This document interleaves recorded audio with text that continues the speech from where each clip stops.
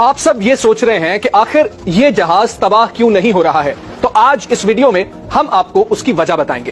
پاکستانی جنگی جہاز کس طرح بھارت کے جدید ایئر ڈیفنس سسٹم سے بچے، پاکستانی پائلٹس نے کس طرح زمین اور فضا سے فائر کیے گئے میزائلز کو ناکارہ بنایا، بھارتی فضا میں جب میزائلوں کی بارش ہو رہی تھی تو انہوں نے اپنے ایئر کرافٹس کو کن خطروں سے کھیل کر بچایا، آئیے اس ویڈیو میں یہی جانتے ہیں۔ کسی بھی اچھے جنگی جہاز میں جتنی صلاحیت زمین پر یا فضا میں اپنے ٹارگٹ کو حاصل کرنے کی ہوتی ہے، اتنی ہی صلاحیت دشمن سے بچنے کی ہوتی ہے۔ کسی بھی جنگی جہاز میں موجود پائلٹ کا امتحان اس وقت شروع ہوتا ہے جب طیارے میں لگا وارننگ سسٹم اس کو خطرے سے آگاہ کرتا ہے کہ اس پر میزائل حملہ ہونے والا ہے، تو چند ہی فیصلہ کن لمحوں میں پائلٹ سوچ لیتا ہے کہ اس نے میزائل کو کس ٹیکنیک کے ساتھ ڈاج کرنا ہے۔ پائلٹ کبھی اپنی رفتار کو تیز کرتا ہے، کبھی غوطہ کھاتا ہے، کبھی دائیں بائیں مڑتا ہے، تو کبھی اوپر نیچے ہونا شروع ہو جاتا ہے۔ پائلٹ رفتار اس وجہ سے تیز نہیں کرتا کہ وہ میزائل کو پیچھے چھوڑ دے گا، بلکہ اس کا مقصد ہیٹ سیکنگ ہوتا ہے۔ میزائل ایک جیٹ کے مقابلے میں کم منورنگ کرتے ہیں، رفتار بڑھنے سے میزائل اس ہیٹ کے پیچھے جاتا ہے اور ڈی ٹریک ہونے کے چانسز بڑھ جاتے ہیں۔ یہی سب کچھ پاکستانی پائلٹس نے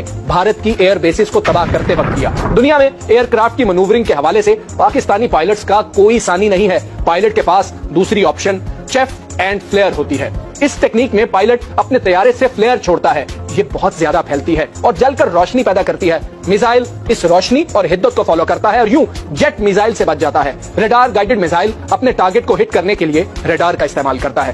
جب فضا میں یہ فلیمز پھیلتی ہیں تو ریڈار اپنے ٹارگٹ میں کنفیوز ہو جاتا ہے۔ اگر میزائل ہیٹ سیکنگ کی بجائے ریڈار گائیڈڈ ہو تو یہ فلیمز بے سود ہو جاتی ہیں۔ بھارت کے میزائل تھے تو گائیڈڈ، مگر پاکستانی شاہینوں نے اپنی اعلیٰ پیشہ ورانہ صلاحیتوں سے ان کو منزل سے دور کر دیا تھا۔ آج کل زیادہ تر ریڈار گائیڈڈ میزائل ہی استعمال کیے جاتے ہیں۔ اس طرح کے میزائلز کو روکنے کے لیے ایک اور طریقہ الیکٹرانک جیمنگ بھی ہوتا ہے۔ اس طریقے میں جیٹ اپنے سے ریڈیو سگنلز خارج کرتا ہے جو میزائل کے گائیڈڈ سسٹم کو کنفیوز کر دیتا ہے۔ یہ ضروری نہیں ہے ان طریقوں کو استعمال کر کے آپ کا جیٹ 100% بچ جائے گا۔ اس کا انحصار پائلٹ پر ہوتا ہے کہ وہ کتنا بر وقت ان ٹیکنیکس کا استعمال کرتا ہے۔ پاکستانی پائلٹس نے جیمنگ والا طریقہ استعمال کیا اور دشمن کی فائرنگ رینج سے بچتے رہے۔ اگر جیٹ پر قریب سے حملہ کیا جاتا تو جیٹ کے بچنے کے چانسز بہت کم ہو جاتے ہیں۔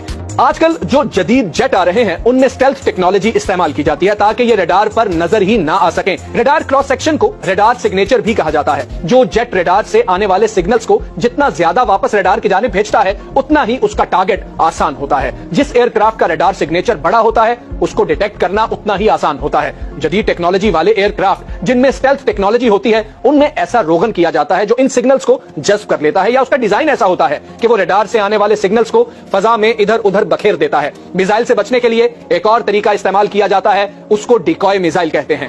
یہ ایک ایسا میزائل ہوتا ہے جو جیٹ پر حملہ آور میزائل کو اتنی آسانی کے ساتھ پاگل بنا دیتا ہے